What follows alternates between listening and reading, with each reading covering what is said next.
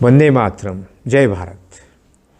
आज हमें आपसे जिस विषय पर बात करनी है, ये एक ऐसा विषय है जिसके ऊपर बात नहीं की जा रही।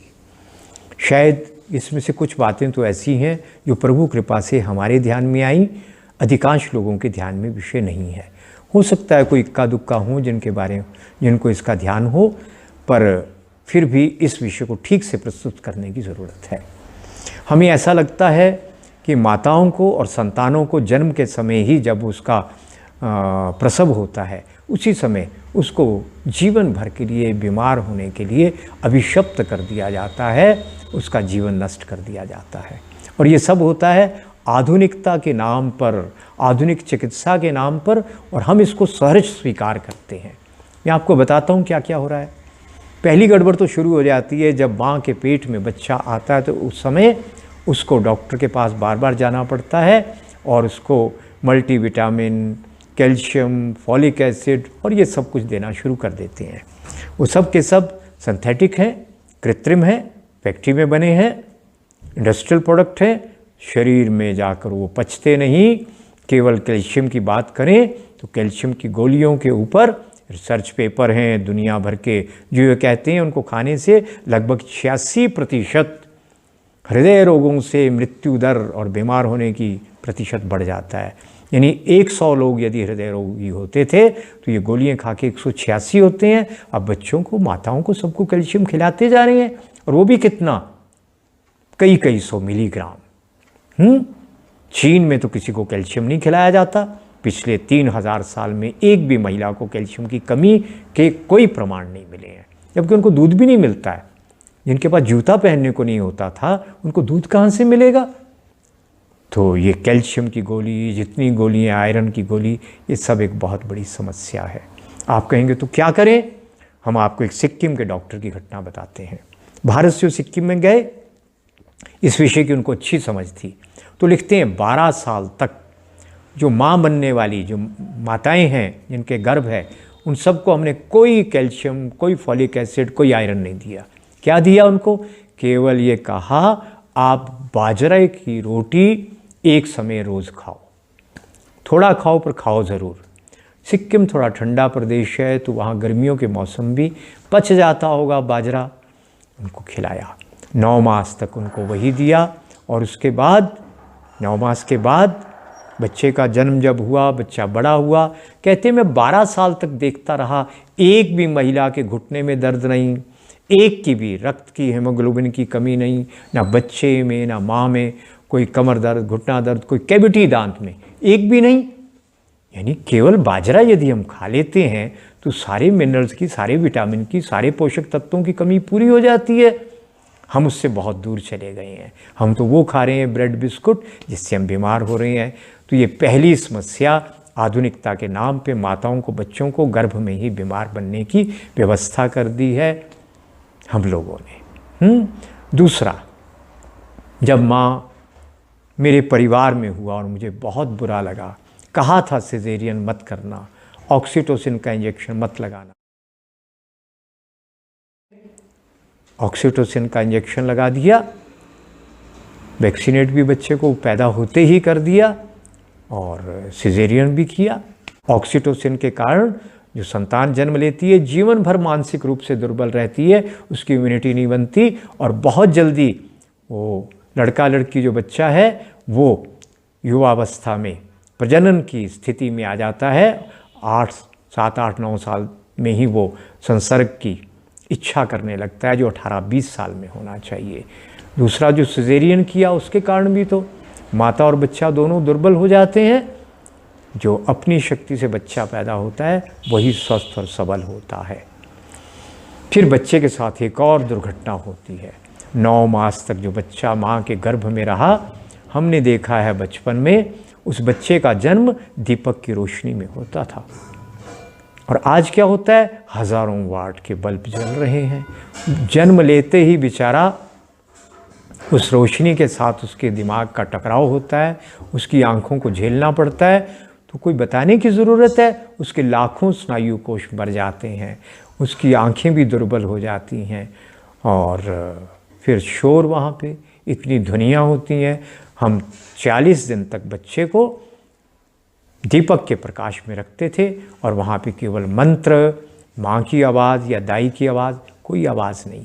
और क्या होता था, अब तो आधुनिक खोजें हो गई हैं, वो बच्चा बाहर आने के बाद तड़पता है जानने के लिए मैं कहाँ हूँ, ये कौन सी जगह है, ये क्या है मेरे चारों ओर।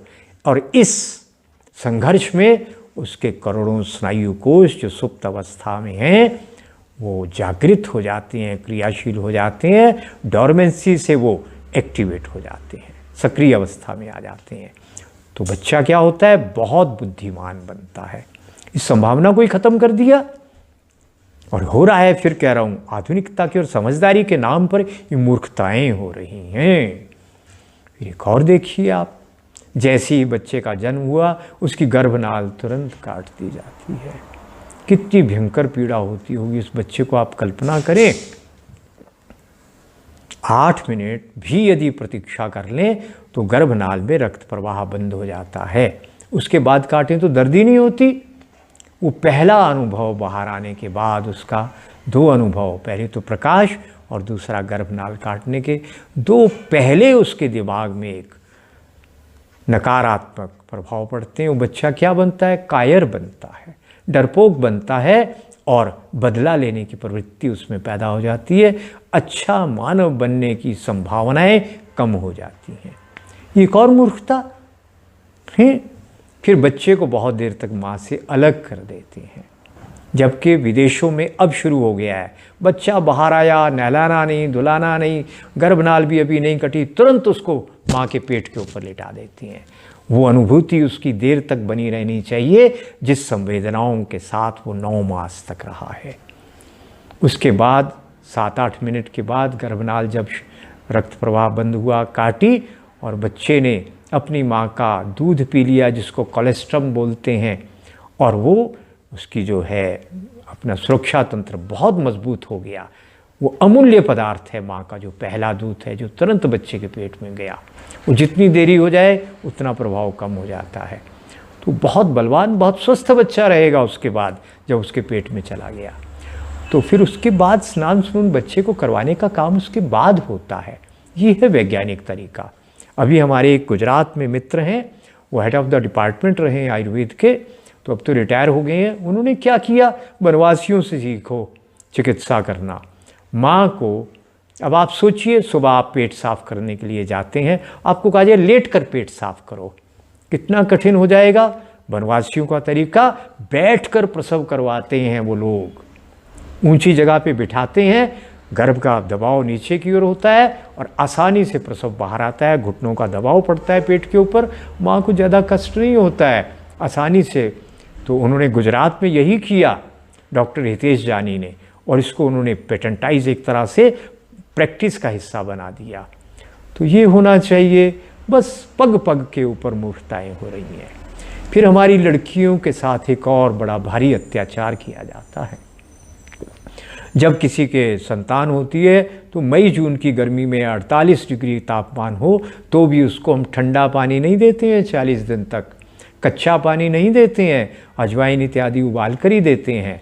दशमूल उबाल कर जब स्नान होता है उस पानी से उसका स्नान करवाते हैं, और सारे उसके जो उस समय के प्रसूता रोग हैं वो दशमूल से नष्ट हो जाते हैं। और ये क्या करते हैं, ये चिकित्सक उस बेचारी माँ के साथ क्या अत्याचार करते हैं, 1 लीटर 2 लीटर 3 लीटर ग्लूकोज ठंडा पानी उसके नसों में चढ़ा देते हैं।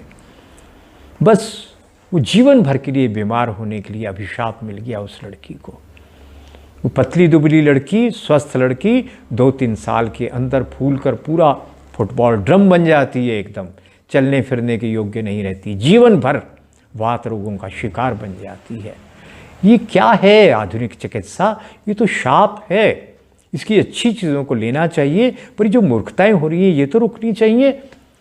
फिर वैक्सीनेशन, ये 100 गलतियां जो कर रहे हैं, कैसे विश्वास कर लें कि वैक्सीनेशन सही है, कोई बात नहीं, कर लेते हैं विश्वास, मगर उसका क्या, जो अफ्रीका के डॉक्टरों ने, विश्व के डॉक्टरों ने सैकड़ों रिसर्च पेपर लिखे हैं कि वैक्सीनेशन गलत है।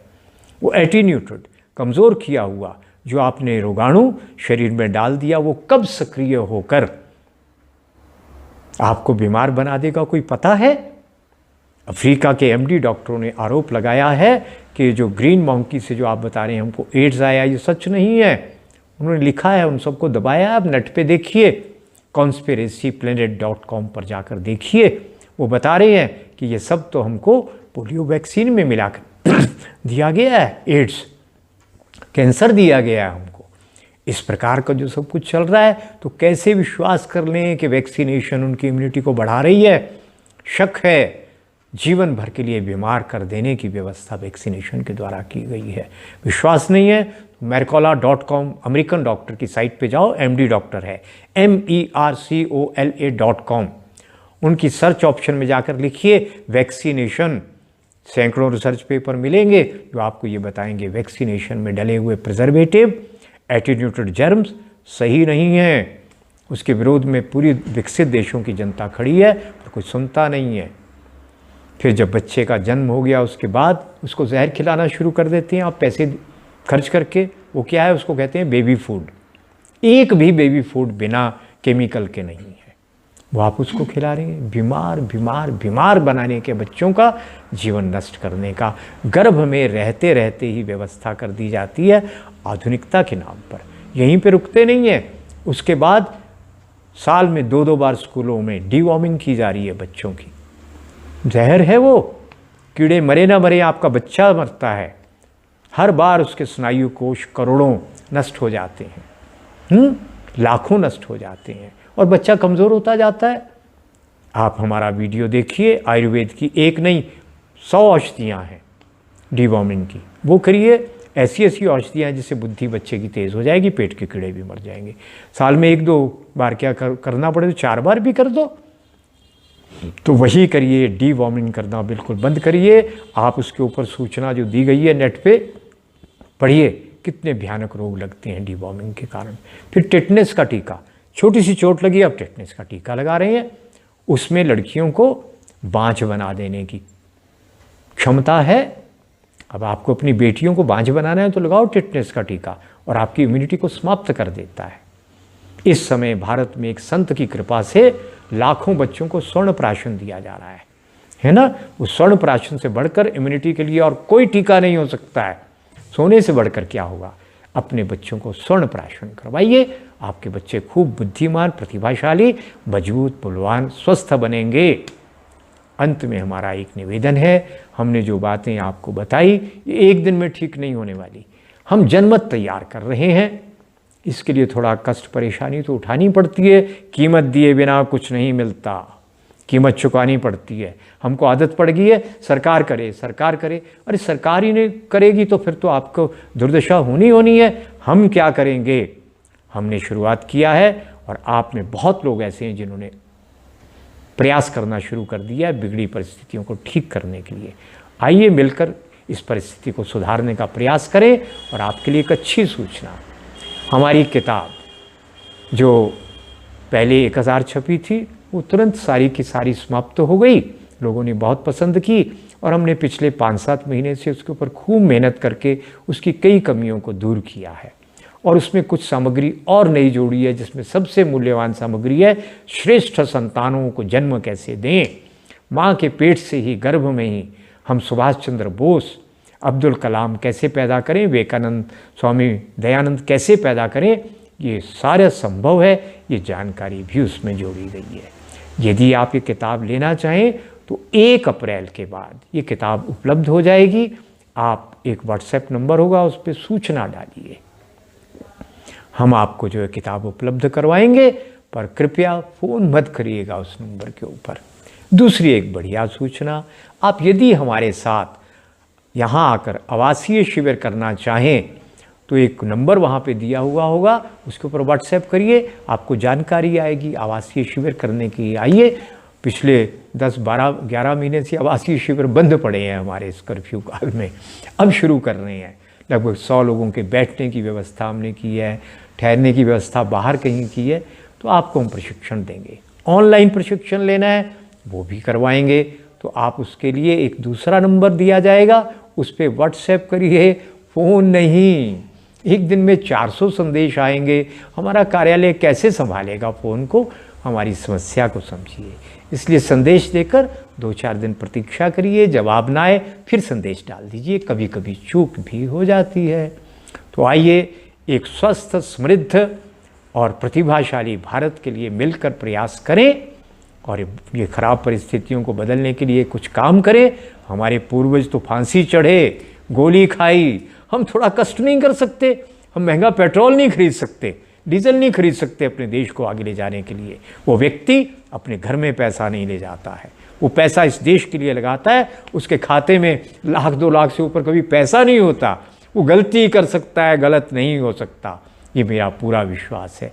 तो आइए कष्ट उठाएं कुछ पाने के लिए, इस देश को कुछ बनाने के लिए, अपनी भावी संतानों के लिए अच्छा भारत बनाने के लिए।